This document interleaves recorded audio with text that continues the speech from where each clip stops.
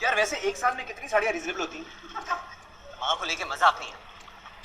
अरे राजू, हम लोग पढ़ेंगे, जी लगा के पढ़ेंगे, लेकिन सिर्फ एग्जाम पास करने के लिए नहीं। किसी महापुरुष ने कहा है कि कामयाब होने के लिए नहीं, काबिल होने के लिए पढ़ो। सक्सेस के पीछे मत भागो, एक्सेलेंस का पीछा करो। तर विद्यार्थी मित्र हो, आपण पाहिलाच असेल, हा चित्रपट सुद्धा पाहिला असेल, व्हिडिओ आपणास दाखवण्याचा उद्देश सुद्धा आपणास कळाला असेल, कारण आपल्या टॉपिकचं नाव आहे वॉयेजिंग टुवर्ड्स एक्सलन्स. वॉयेजिंग म्हणजेच प्रवास आणि एक्सलन्सचा अर्थ उत्कृष्टता, उत्कृष्टतेच्या दिशेने प्रवास. आणि याही चित्रपटामध्ये आपण पाहिलंच की मार्क्स असतील, पर्सेंटेज असतील किंवा रँक्स असतील, याच्याही पेक्षा नॉलेज खूप महत्वाचं आहे आणि ज्ञानापेक्षा सर्वश्रेष्ठ काहीच नाही, हे या चित्रपटामध्ये आपणास दाखवण्यात आलेलं होतं. आणि म्हणूनच हा व्हिडिओ, एक छोटासा व्हिडिओ मी आपणास या ठिकाणी दाखवलेला आहे. तर आपण हा जो टॉपिक सुरू करतो आहोत, याही टॉपिक मध्ये अच्युत गोडबोले यांनी खूप छान पद्धतीनं त्यांचा संपूर्ण प्रवास आपणास या ठिकाणी सांगितलेला आहे. अतिशय इन्स्पिरेशनल आणि मोटिवेशनल असा हा टॉपिक आपणास या ठिकाणी पाहायचा आहे. Voyaging towards excellence. I had a very simple upbringing. माझं जे बालपण आहे, या ठिकाणी माझं असा अर्थ अच्युत गोडबोले यांनी स्वतःविषयी हे सगळं लिहिलेलं आहे. माझं जे बालपण आहे ते अत्यंत साध्या पद्धतीनं गेलं. We were a lower middle class family. किंवा आमचं जे कुटुंब आहे ते अत्यंत मध्यमवर्गीय स्वरूपाचं होतं. आवर 300 square feet house did not even have basic amenities such as a fan, a refrigerator, a geyser, a dining table or a gas stove, leave alone an air conditioner or a car. या ठिकाणी अच्युत गोडबोले आपणास सांगतात की आमच्या घरी ज्या मूलभूत गरजा असतील, त्या मूलभूत गरजांव्यतिरिक्त साधा फॅन असेल, फ्रीज असेल, गिझर असेल, डायनिंग टेबल असेल किंवा गॅस स्टोव्ह असेल, या कोणत्याच वस्तू आमच्या घरामध्ये त्यावेळेस नव्हत्या. It was only when I entered the college that I got a watch and we got a dining table and gas stove at home. मी कॉलेजमध्ये गेलो तेव्हा आमच्या घरी घड्याळ, डायनिंग टेबल आणि गॅस स्टोव्ह आला. Nevertheless culturally I had a rich childhood. वा या सगळ्या जरी गोष्टी आमच्या घरामध्ये नव्हत्या तरी सुद्धा माझं बालपण खूप श्रीमंतीत गेलं. Poets like Vinda Karandikar, Mangesh Padgaonkar and Vasant Bapat used to visit our home and for hours I could listen to a discussion about poetry and literature, Marathi and English. बघा विद्यार्थी मित्रो, या ठिकाणी लेखक आपणास सांगतात की जरी आमच्या घरामध्ये या सगळ्या वस्तू नसल्या तरी सुद्धा माझं जे बालपण आहे ते अत्यंत श्रीमंतीत गेलं. कारण आमच्या घरी जी मोठमोठी विद्वान मंडळी आहेत, त्यामध्ये जे कवी आहेत, जसं की विदा करंदीकर असतील, मंगेश पाडगावकर असतील, वसंत बापट असतील, या सर्वांचं येणं जाणं आमच्या घरी असायचं. आणि त्यांच्या चालणाऱ्या पोएट्रीच्या संदर्भानं किंवा लिटरेचरच्या संबंधानं असणाऱ्या ज्या चर्चा असायच्या, त्या चर्चा मी बऱ्याचदा ऐकत असायचो. They used to talk about Keshav Sut, Mardhekar, Shakespeare, Charles Dickinson and Thomas Hardy. आणि त्यांच्या चर्चेचा विषय काय असायचा तर बऱ्याचदा ते केशवसुतांबद्दल, मर्ढेकरांच्या बद्दल किंवा शेक्सपियर, चार्ल्स डिकिन्सन यांच्याच विषयी बोलत असायचे. I did not fully understand their discussion in depth. त्यांच्या या चर्चा मी ज्यावेळेस ऐकायचो त्यावेळेस त्यांची ही चर्चा मला फारशी समजत नसायची किंवा त्याची जी डेप्थ होती, त्याची जी खोली होती ती मला समजत नसायची. But I was immensely impressed. आणि हे सगळं जरी मला नसलं समजत तरी सुद्धा मी या सर्व चर्चा ऐकण्याकडे खूप आकर्षलो जायचो. We also were lucky to have Pandit Kumar Gandharva, Pandit Bhimsen Joshi and Pandit Jasraj visit our place and talk about Indian music till late night or something down. पुढे जाऊन ते असं म्हणतात की आम्ही याही गोष्टीसाठी भाग्यवान होतो की आमच्या घरी पंडित कुमार गंधर्व असतील, भीमसेन जोशी असतील किंवा जसराज असतील यांच्या सुद्धा वरचे भेटी असायच्या आणि यांची ही चर्चा रात्रभर चालायची. कशाविषयी? तर इंडियन म्युझिकच्या विषयी. This is how and why I develop my interest in literature and music during my school days. आणि एकूणच काय, या सगळ्या घरामध्ये असणाऱ्या साहित्य असेल, कला असेल किंवा संगीत असेल, या विषयांची जी पार्श्वभूमी घरामध्ये तयार व्हायची, याचाच परिपाक म्हणावा की काय, मला इंटरेस्ट निर्माण झाला लिटरेचर आणि म्युझिक मध्ये. I did not and even today don't understand the grammar of music. त्यामुळं अच्युत गोडबोले इथं आपणास म्हणतात की तेव्हा सुद्धा आणि आत्ताही मला या म्युझिकचं जे ग्रामर असेल, त्याचं जे व्याकरण आहे, ते तेव्हाही कळत नव्हतं आणि आत्ताही कळत नाही. But I begin to love it tremendously since then. परंतु या सर्वांवरती मी अगदी मनापासून प्रेम करत होतो, तेव्हाही आणि आजही. Most of the times, the topics of discussion at our home were about music, literature, paintings and sculptures, etc. बऱ्याचदा आमच्या घरी जे चर्चेचे विषय असत ते संगीत, साहित्य, चित्रकला, शिल्पकला हेच असत. I could listen to the discussion about Van Goghs, Mozart, Michelangelo's. या ठिकाणी लेखक असं म्हणतात की या चर्चेतूनच मी व्हॅन गॉग्स, मोझार्ट आणि मायकल एंजेलो बऱ्याच चर्चा ऐकलेल्या आहेत. It was because of such a milieu around me that I had firm belief which I still hold that all arts are equally if not more important in our lives than science and technology.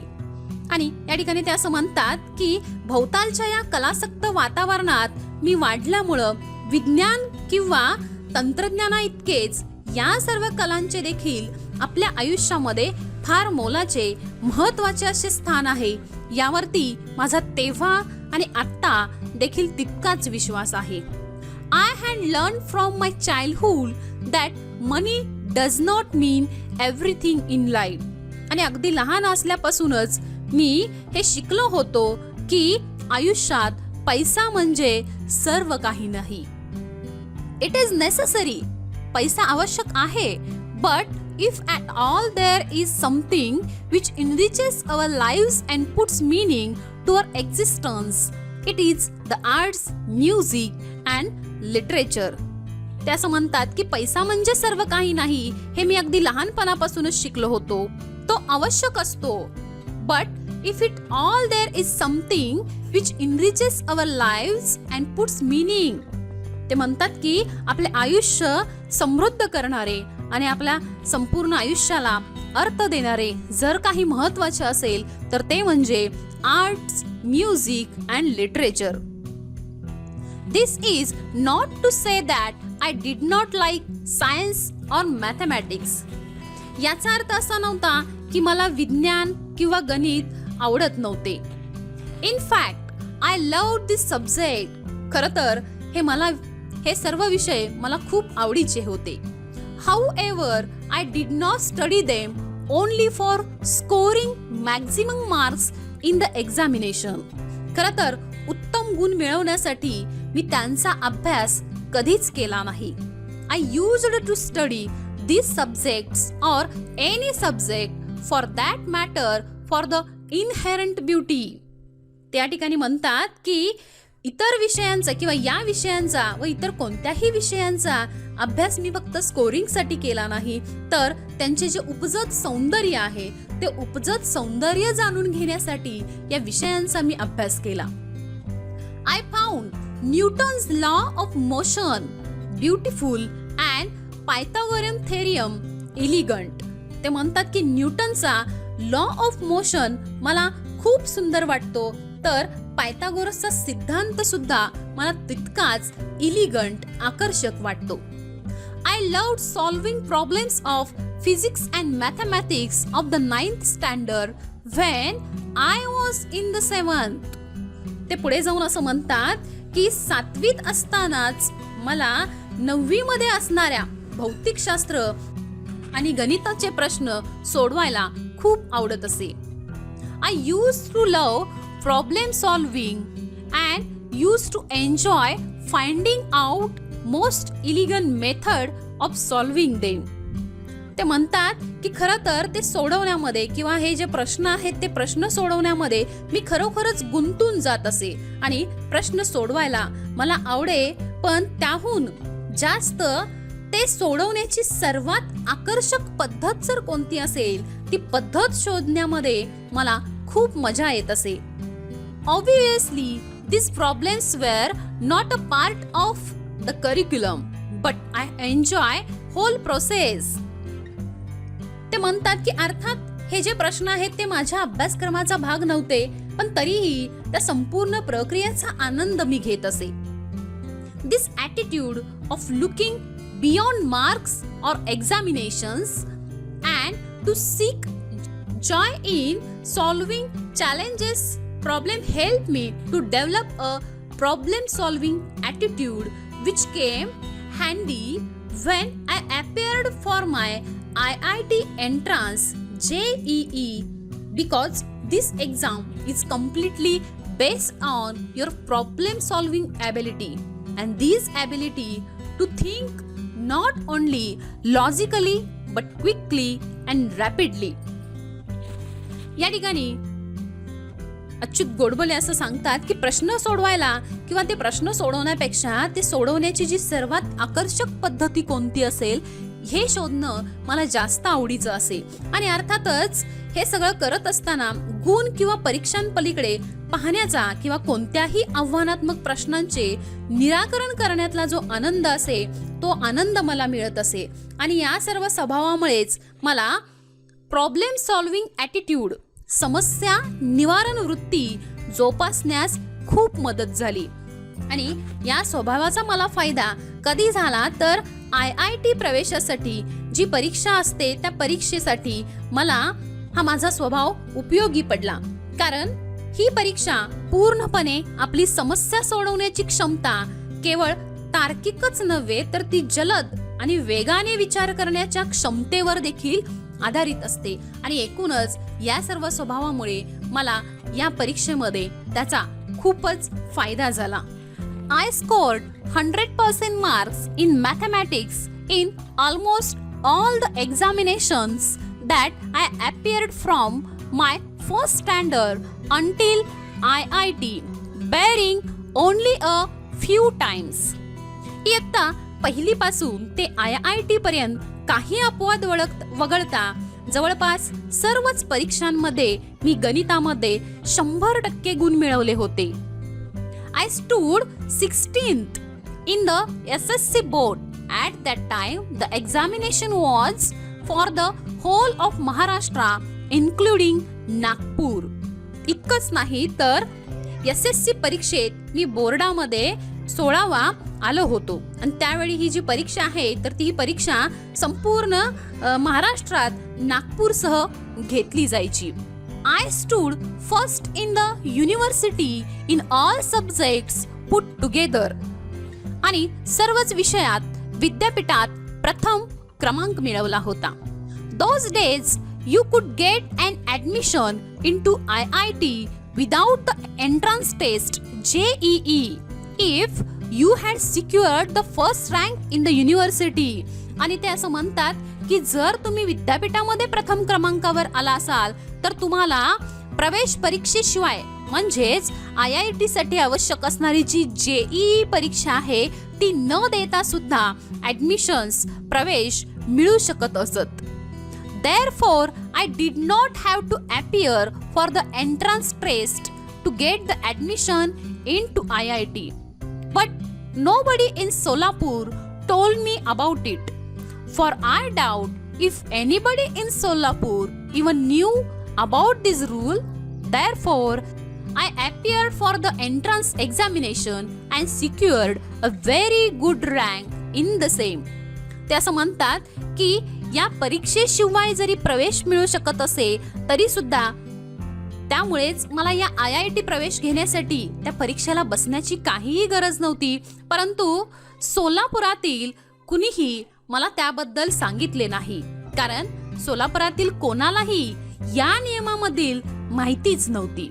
आणि त्यामुळेच मी या परीक्षेला JEEला बसू शकलो आणि त्यातही मी उत्तम rank मिळवली.